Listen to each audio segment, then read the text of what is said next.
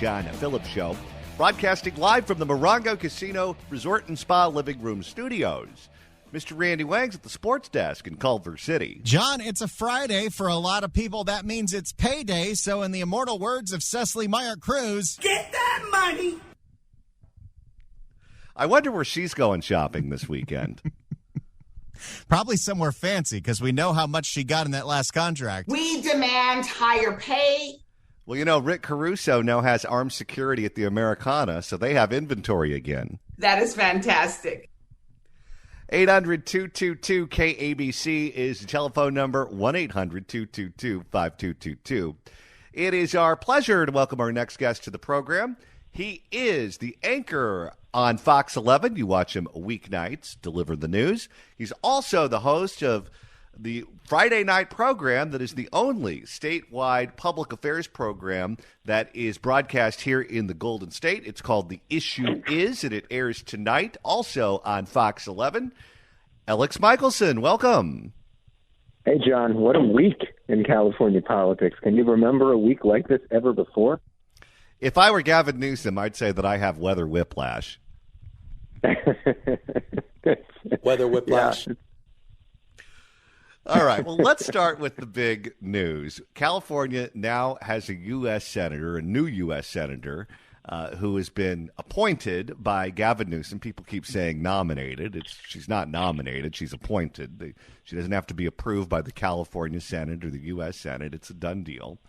And this decision came really at a moment in time where I think Gavin was, you don't want to say caught flat-footed because Dianne Feinstein was 90 and in poor health, but the decision that he made was a decision that I don't think a lot of people saw coming. We certainly saw the newspapers all profile potential candidates. He promised Joy-Ann Reid back during the recall campaign on MSNBC that he would nominate a black woman. He went on Meet the Press with Chuck Todd back when he was still host, and he said it would just be a caretaker, that there would be strings attached to the appointment, and whoever it was that got the appointment would have to agree not to run for a full term because there are Democrats currently running for that seat, and he did not want to put his fingers on the scale and disrupt that primary. That was met with outrage, not just from Barbara Lee, who is currently running for that seat, but from other Democrats, both here in California and beyond. Specifically, a lot of black Democrats were very upset with that because they knew the appointment would go to a black woman. Newsom reversed himself on that at some point. However, he reversed himself on that point after a number of potential candidates had taken themselves out of the running for the appointment, in part because they didn't want to give up their careers for something that would only last for a year and change.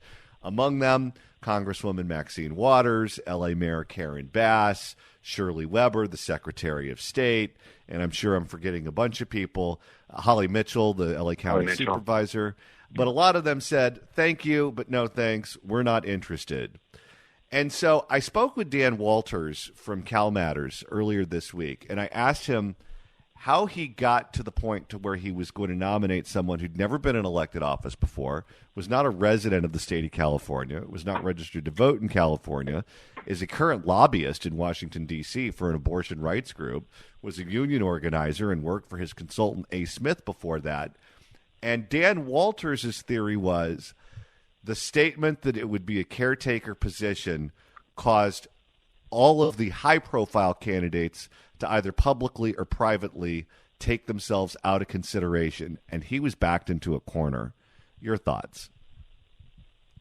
I agree with that, and I think also there's loyalty to Barbara Lee, who was very upset at that suggestion.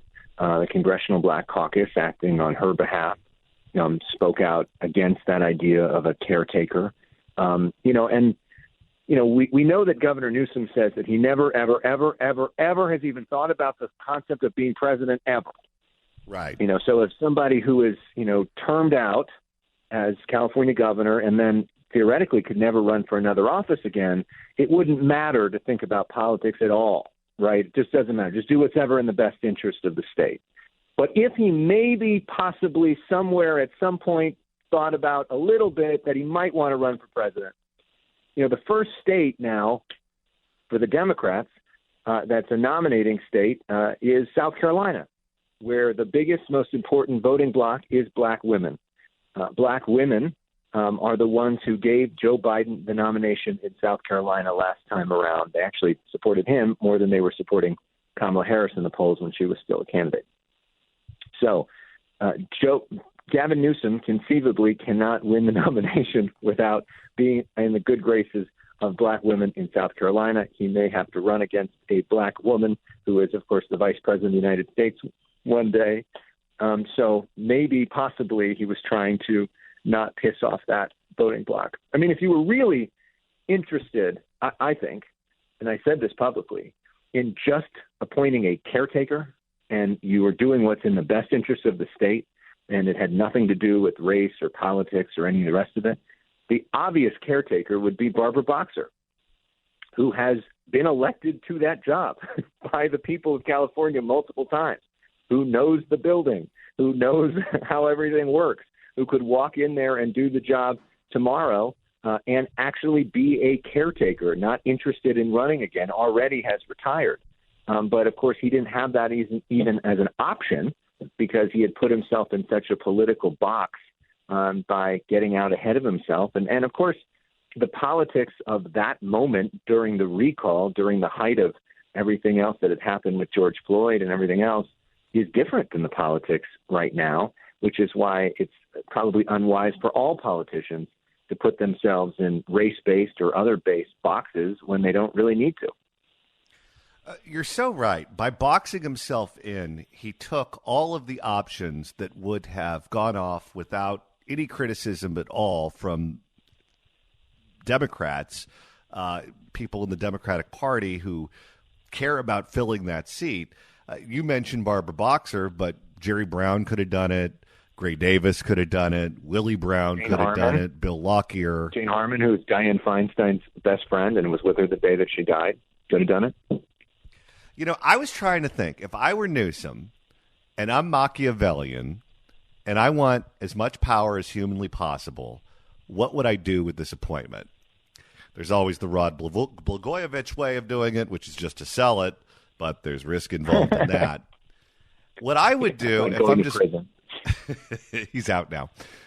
What I would do if I was just looking at it purely at increasing my own personal power, I would have nominated Shirley Weber. Right. That way it would have created a vacancy for Secretary of State, and I would have nominated someone else for that job. And Secretary of State's an important job because not only do you run the elections, but you are in charge of business licenses for the entire state. So I'd appoint someone new, and I would tell them the only independent thoughts they're allowed to have are the ones I give them. And then after putting Shirley Weber in the U.S. Senate, she's 75 years old and obese. So she would have to make it to 78 years old for Gavin Newsom's term to expire. So if she were to retire or she were to resign or she were to pass away in office, I would then appoint myself because I fulfilled my promise to appoint a black woman. So I've checked that box. And then you get a third appointment to the U.S. Senate. You're termed out. You're a lame duck. You can appoint yourself and keep it going. Well, that would not be, of course, a great look if you're running for president to do that. But I do think that from what I heard, and I don't know this to be a fact, I just heard lots of rumors from lots of people in the know that Shirley Weber seemed to be the front runner for all of this, that there were conversations about who was going to replace her as Secretary of State, that they were even vetting different names, that seemed to be where everything was going on Friday and Saturday, and then for some reason that stopped. So is it possible that they were trying to do that and Shirley Weber said, no, I'm not going to do it? It's certainly possible. I don't know that for a fact, but a lot of people that are really in that circle seem to be talking about that a lot on Friday. Well, she publicly stated that she wasn't interested and cited the lame duck status of the senator as the reason. Right. Beforehand, before the opening was happening, but then I think there was some openings in what she said. Anyways, from what I heard, that was definitely something that was being discussed. What do you make of the quick cycle of news coverage regarding the life and times of Dianne Feinstein? I mean, she's been around for a long time. She's been in the U.S. Senate since '92. She was mayor of San Francisco for a long time before that, of course, taking over after the assassinations of George Moscone and Harvey Milk.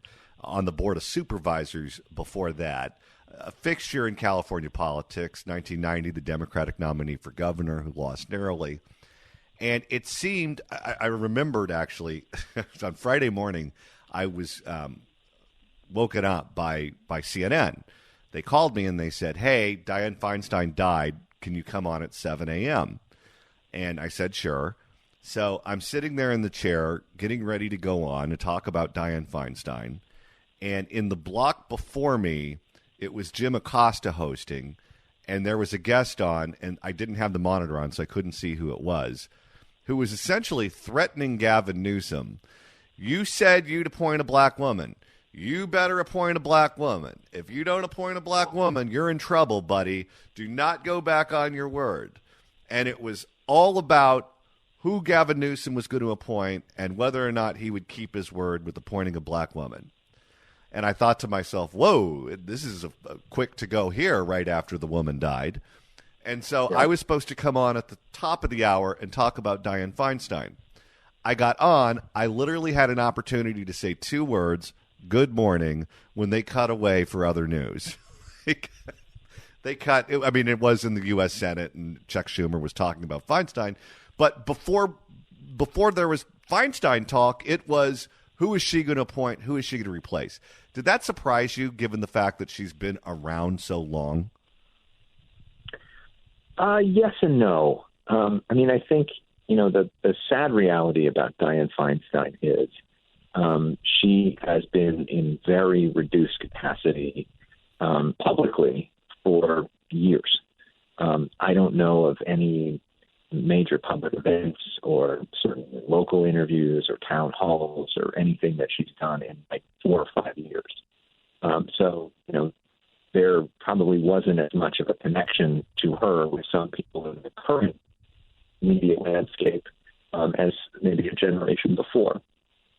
Her politics are also very old school and at a place that the party is no longer in. If we remember, the party didn't even endorse her in 2018 when she was running against Kevin DeLeon of all people. I interviewed Nancy Pelosi last night for the issue, and I asked her about Dianne Feinstein, who was one of her really good friends, and because she was neighbors down the street from her, and she said, our politics were different. Dianne Feinstein was not,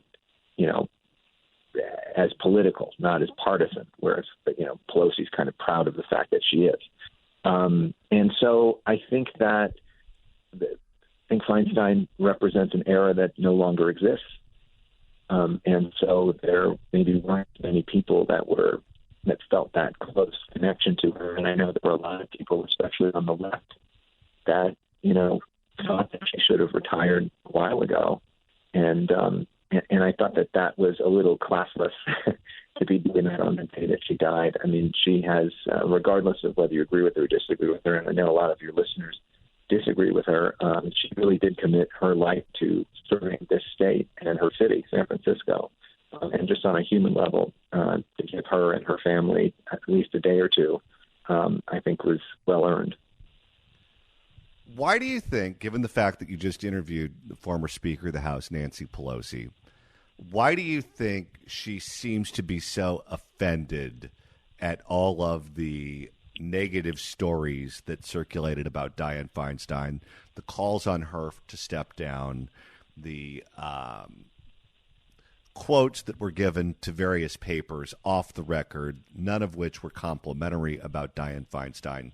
She has publicly stated that she thought that many of these criticisms were rooted in sexism. Do you think she was as offended as she was because of her close friendship with Dianne Feinstein, or because it hits a little close to home? It's probably both. But I think that the friendship was deep.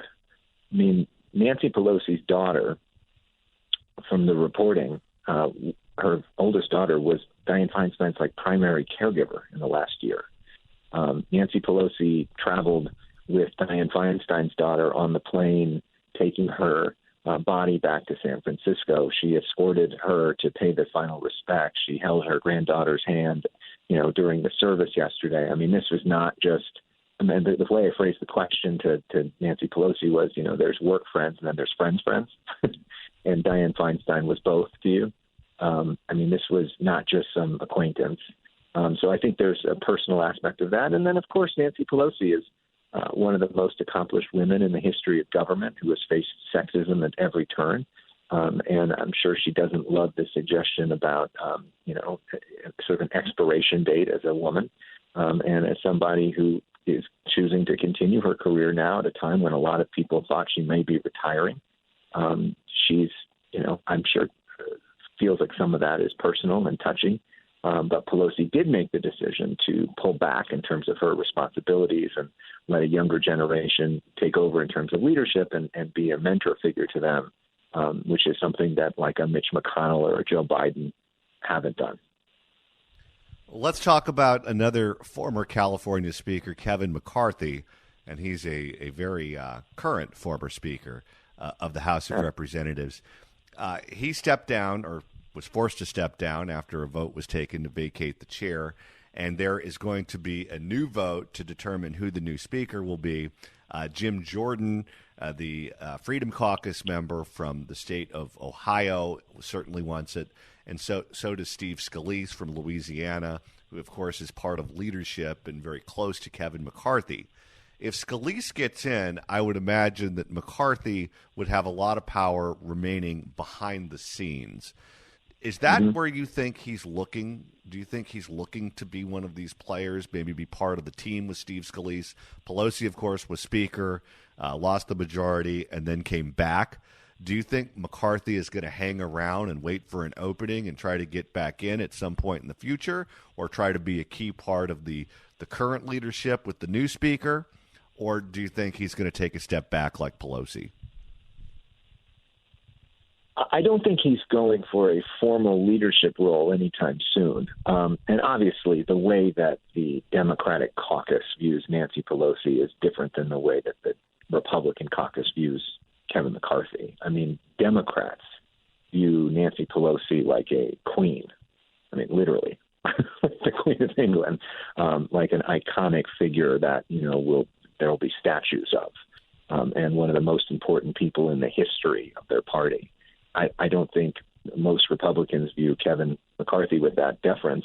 I mean, Karen Bass, who I saw last night at this event that was honoring her, said, we would never think to do something to her the way they did this to Kevin McCarthy. Like, that would never even be thought of. So I think it's kind of apples to oranges in terms of comparing the two of them. But I do think that the McCarthy wing of the Republican Party would probably get more behind Steve Scalise. Young Kim, who represents part of Southern California on the issue, is tonight made the announcement on our show that she's backing Steve Scalise. And she's probably more of a moderate in a swing district. I talked to Darrell Issa earlier this week, another Southern Californian, but in a more red district, more of a red meat kind of guy. He's backing Jim Jordan. And so it'll be interesting to see this sort of proxy war that could be fought with the two of them. And can anybody get to 218? I think the Republicans are aware of the fact that doing 15 votes on the floor for McCarthy is embarrassing and a bad look for them. And the attempt will be on Tuesday and Wednesday to try to privately come to a answer without doing it on the floor, but do it amongst themselves. There was some reporting, an announcement that there was going to be a forum on Fox News Channel on Monday with Scalise and Jordan essentially making their cases to the American people. And there was such a backlash within the party to that. That's now been canceled. The thinking being, we don't need to air our dirty laundry out in front of everybody. It makes us look like we're a caucus in chaos. Let's figure this out within the family and then put out a united front. Elex Micahelson, Fox 11. You can watch him do the news as you can each weeknight on Fox 11. And, of course, check out The Issue Is later on tonight. The guests are Nancy Pelosi and Young Kim. Nancy Pelosi and Young Kim, and a snippet of our interview this week with George Gascon as well. It's been quite a week. All right. There's lots to talk about. Well, we'll all be watching. Enjoy the weekend, and we'll chat again real soon. Thanks so much, John. You too. If you'd like to email the show, you can do so at johnnydon'tlikeshow@gmail.com. That's johnnydon'tlikeshow@gmail.com. And Randy, if you want to listen to us over the weekend, that just got a whole lot easier to do. That's right. Just go to KABC.com, click on podcasts, go to the Apple Podcast app, iHeart, Spotify, search for The John Phillips Show, hit subscribe. Or even easier than that, you just have to get the KABC app. Search KABC AM in the Apple App Store or the Android Store, and you'll get the easiest way to download podcasts of this show and listen live to the station whenever and wherever you are. It's so easy, you won't believe how easy it is. I cannot believe it, quite frankly. Coming up next, we're going to check in with WizKid financial analyst Jason Moser. And if you listen to him and pay attention, you're less likely to live under a bridge. It is our pleasure to welcome our next guest to the program. He is an analyst with the Motley Fool. You can get him online at fool.com and follow him on Twitter at TMFJMO. Jason Moser, welcome and happy Jimmy Buffett Friday. Hey, man, Jimmy Buffett Friday. I like the sound of that. How's everything going, John? You know what it sounds like, Jason? What's that? It sounds like a blender making margaritas. I'm all in. I am all in. You know what else they call that? What's that? The sound of happiness. I agree. I fully agree. Well, so happy to have you on the show today. And the weekend is almost here. Let's start out with the jobs report numbers that came out today. Yesterday, it seemed like everyone was freaking out over this report. I noticed my portfolio was down about 3% in one day. I had to stop looking at it because I felt like I was going to develop an addiction to Xanax if I didn't. And then this morning comes around, and I'm up early, I'm drinking my coffee, I'm looking at the financial papers, and the jobs report numbers were good. It wasn't bad like everyone was expecting yesterday. What the hell happened? Well, I think part of that was there's this juxtaposition between the ADP numbers that were released earlier in the week versus the government numbers which were released today. In ADP led us to believe that maybe there was a little bit more weakness than the government numbers that came out today. But I think it all bears repeating. Whenever these numbers come out, particularly the Friday jobs reports, whenever we get these out, you got to remember it's not about the numbers that we get today as much as it is about the revisions that we get a month later, right? And what we've seen here month in and month out over the last, I think, year plus really, is these numbers have always been revised downward.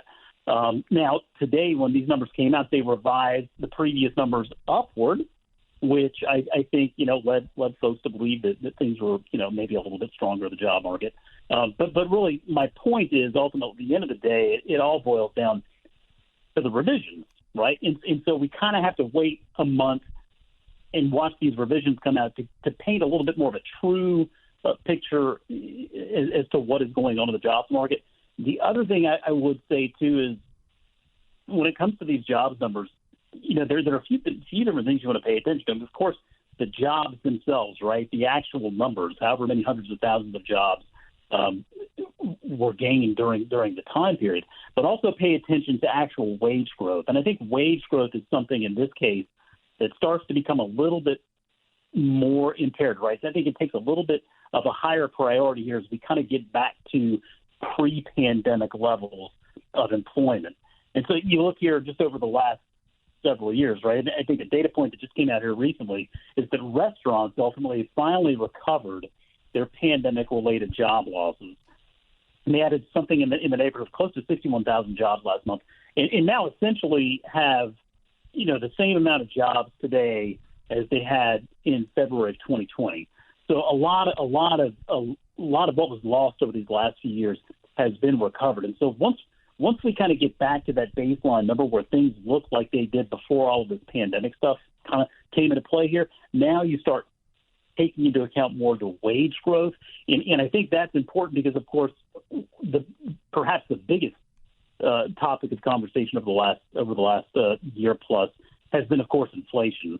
And inflation and wage growth really kind of go hand in hand.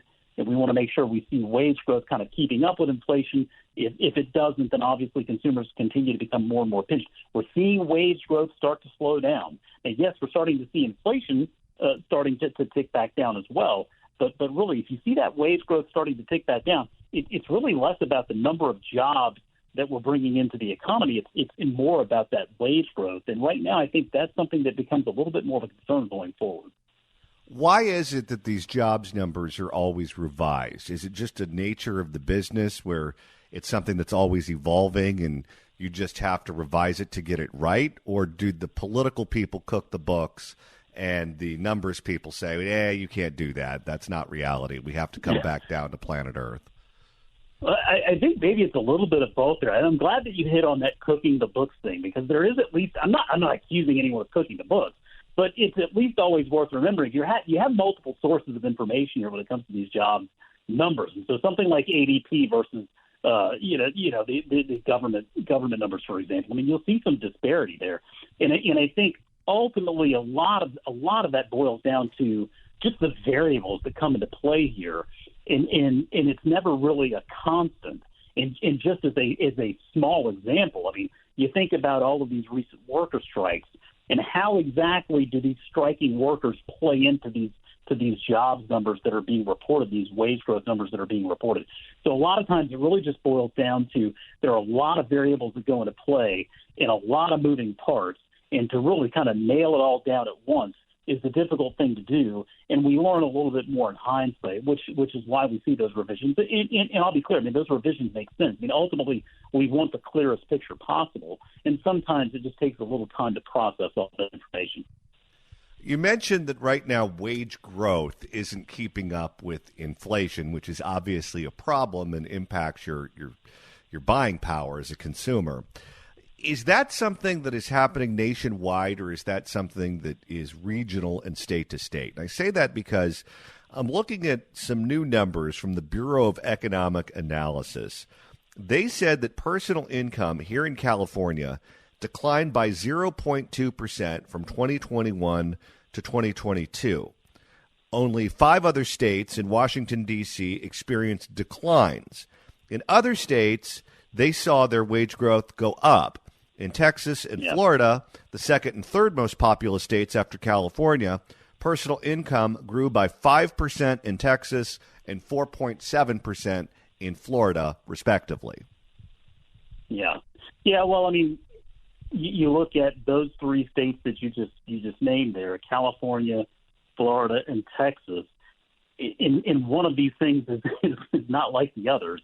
One state in California is clearly very highly regulated, right? I mean, California, I think it's just a fair statement to say that California is a much more highly regulated state than something like a Florida or a Texas, where you're not dealing with the same sort of tax implications that you might deal with in a state like California. So absolutely, much like real estate, this stuff, location, right? It is not a one size fits all situation, right? There are pockets of the country where things can feel a little bit better off for consumers than others. Well, and then inflation also hits certain parts of the country harder than others. Take gasoline prices, for example. Gas prices. I filled up my Ford Edge. I'm not talking about a massive SUV. I'm not talking about a monster truck.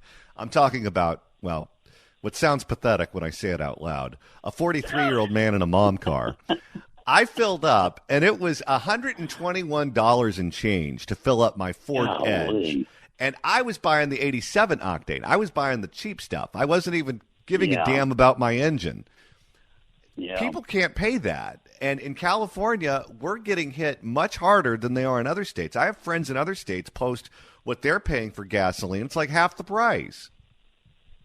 Yeah. Well, I mean, again, that all kind of boils down to states and sort of their goals, their aspirations, right? How they sort of regulate in order to reach certain goals. I think California has laid out some very bold ambitions as far as weaning off of fossil fuels and promoting things like EVs, in alternative energy. And so that is another thing to take into consideration. And again, why it's not a one-size-fits-all scenario here. When you're talking about the United States of America, I mean, it's always worth remembering there are 50 states, and there is such a thing as states' rights, and states can kind of go their own direction in certain cases. And I mean, to me, honestly, it's no accident that we've seen outflow of U.S. citizens leaving states like New York and leaving states like California and going to other places where life is a little bit simpler, it's a little bit easier, it's a little bit less costly. I mean, incent behavior at the end of the day, and that's always worth remembering. If you listen to Newsom, the reason that gas is more expensive in California is because the oil companies all got together and decided to collude against one state out of 50 and the District of Columbia and the territories because they have a vendetta against California. And I'm surprised when he made that statement, he wasn't wearing tinfoil hat on his head because that's one step away from 9/11 was an inside job. That seems a bit of a stretch. Yeah, that seems a bit of a stretch. I mean, when you look at California, I mean, California is a big, important state, right? I mean, when you look at the economy of California, I think globally speaking, it's like the seventh largest economy in the world, essentially. I mean, so it is obviously something that matters. And when you get an economy like that, they are going to try to. I'm trying to put this diplomatically, but they're going to try to take advantage of every avenue they can to raise as much revenue as they can. And when stuff like that happens, I mean, listen, big corporations have abilities to fight back, right? And big oil is no exception. And then you look at what we're seeing today. I mean, more consolidation in the space. I mean, rumor out there with Exxon considering another massive acquisition here, which would just result in more consolidation in the space, give them certainly a little bit more power as far as that market goes. I mean, it's not a difficult. It's not an easy problem to solve. No question about it. Well, let's go back to inflation for a second, because part of what I think is so politically dangerous about inflation, if you're an incumbent, is that inflation touches so many aspects of life that creates problems for consumers, problems for voters that can be really devastating in the right circumstances. Take, for example, the slow motion collapse of the insurance industry in the state of California. We've had State Farm, Allstate say they're not selling any new homeowners policies to homeowners in the state of California. If you're an existing customer, you can be grandfathered in, but if you're a new customer, they don't want your business. We've seen other companies do that in commercial real estate, and the fear is that more are on the way. The state blames everything on climate change. But if you listen to the insurance companies, they're not putting climate change front and center. What they're saying is that in California, the regulations don't allow them to pass their costs on to the consumer. There's this formula that the state has that determines what they can charge you, and the formula doesn't allow them to make a profit, and they have a fiduciary responsibility to their shareholders to make a profit. And the second thing that they've been complaining about is that because the cost of materials in California is so high, when there's damage done to a property due to a fire, due to a flood, due to a fill in the blank, it costs them an absolute fortune in materials to rebuild the property, and they can't ever make that money back. Well, it costs a fortune for those materials in part because of inflation. Inflation has made it so that lumber costs more. It's made it so that nails cost more. It's made it so that sinks cost more. All of these materials that used to be relatively cheap are now much more expensive, and if the insurance company is the one with the responsibility to pay the bill, well, they're just going to pull out of the market, and you're going to be uninsurable as a state. And we're floating dangerously close to that, but I think that the leaders here, the political leaders, discount how much inflation is playing a role in that. Well, yeah, I mean, economics rule the day, right?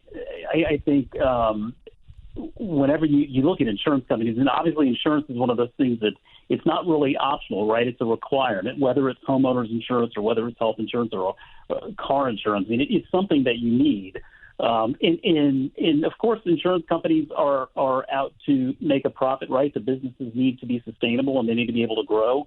And when the environment becomes such that the economics don't make sense, well, you would rather see an insurance company pull out as opposed to just sticking around there and dying a slow death. And so ultimately, the state's going to have two choices. They're going to have to figure out a way either to make it a little bit more, a little bit more insurance friendly, so to speak, right? And they're going to need to make the conditions a little bit more amenable for the insurers. Or what ultimately is going to end up happening is you're going to have insurers come in that can't necessarily deliver what they're promising. And that's one of the interesting things about the insurance industry. I can just speak from this, having worked in it for a stretch of my life. I mean, not every insurance company is created equally. There are good insurers, and then there are bad insurers. And if the conditions dictate that California is flooded with bad insurers who are ultimately just helping you check a box, right, and saying that you got the insurance. Well, I mean, not only you as a homeowner, you don't really want that, but think about the banks, for example. And the banks are really the ones on the hook here. They're the ones that own that note. They're the ones that really own that property until you pay it off. So whether it's the consumer or whether it's the bank, I mean, they're going to want to make sure that they have a reliable insurance industry in order to be able to take care of those losses that are inevitable. I mean, some of those stretches of time you may go through, you don't have an exorbitant amount of losses, but you do run into situations where there are natural disasters and you have a lot of losses that hit at once. And if you have an insurance industry that is not able to support that, then that is going to impact everyone. It's not just the consumers, right? It's the banks that are holding those notes and everything in between. And so you really do need to take that into consideration. And in regard to inflation, I mean, there's no question. I mean, everything today just costs more than it has. And that's why we see, the Federal Reserve continues month in and month out. This is why the conversation continues to revolve around the Fed and what they're doing with this rate policy. I mean, they're trying to slow things down, right? They're doing everything they can to try to slow things down. I mean, you look at the conditions on the ground there now, not just in California, but just generally as an American consumer. It is not easy, John. We now have 78% of consumers that are earning less than $50,000 per year. 65% of those earning between $50,000 and $100,000 are living paycheck to paycheck. 78% and 65%. And of those earning $100,000 or more, only 44% reported living the paycheck. But regardless, across the board, those numbers are up, right? The consumer is feeling pinched. Think about this. You look at folks out there now, homeowners out there now, with where interest rates are, 30-year interest rates now touching 8%. I mean, that is just something that is astounding when you consider that somewhere in the neighborhood of 75% of mortgage holders out there today have an interest rate locked in, a 30-year fixed rate locked in at 4% or less, right? And so there is no way that many people are going to jump out there and look to move and sell their home that they have a 4% or less mortgage rate on to go out there and buy another home at a 7 to 8% mortgage. I mean, it's not doable. And so consequently, what you have is a lot of people sticking around. They're staying in their homes for now.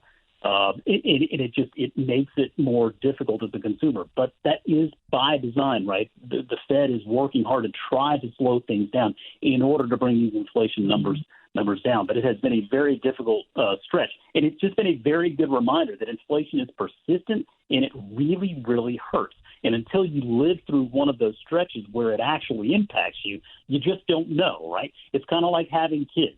I can tell you how awesome it is having kids. I've got 2 daughters. I love them more than anything in the world. But until you actually have kids, you don't really know. And until you've actually lived through, an inflationary period where it's really having an impact on everything you do every single day, you just don't know. I can tell you about it, but until you live through it, you really aren't going to know because you haven't felt it. Jason Moser, analyst with The Motley Fool. You can get him online at fool.com and follow him on Twitter at TMFJMO. Jason Moser, always a pleasure. Have a wonderful weekend. Thanks so much for stopping by. Thanks, John. Have a great weekend.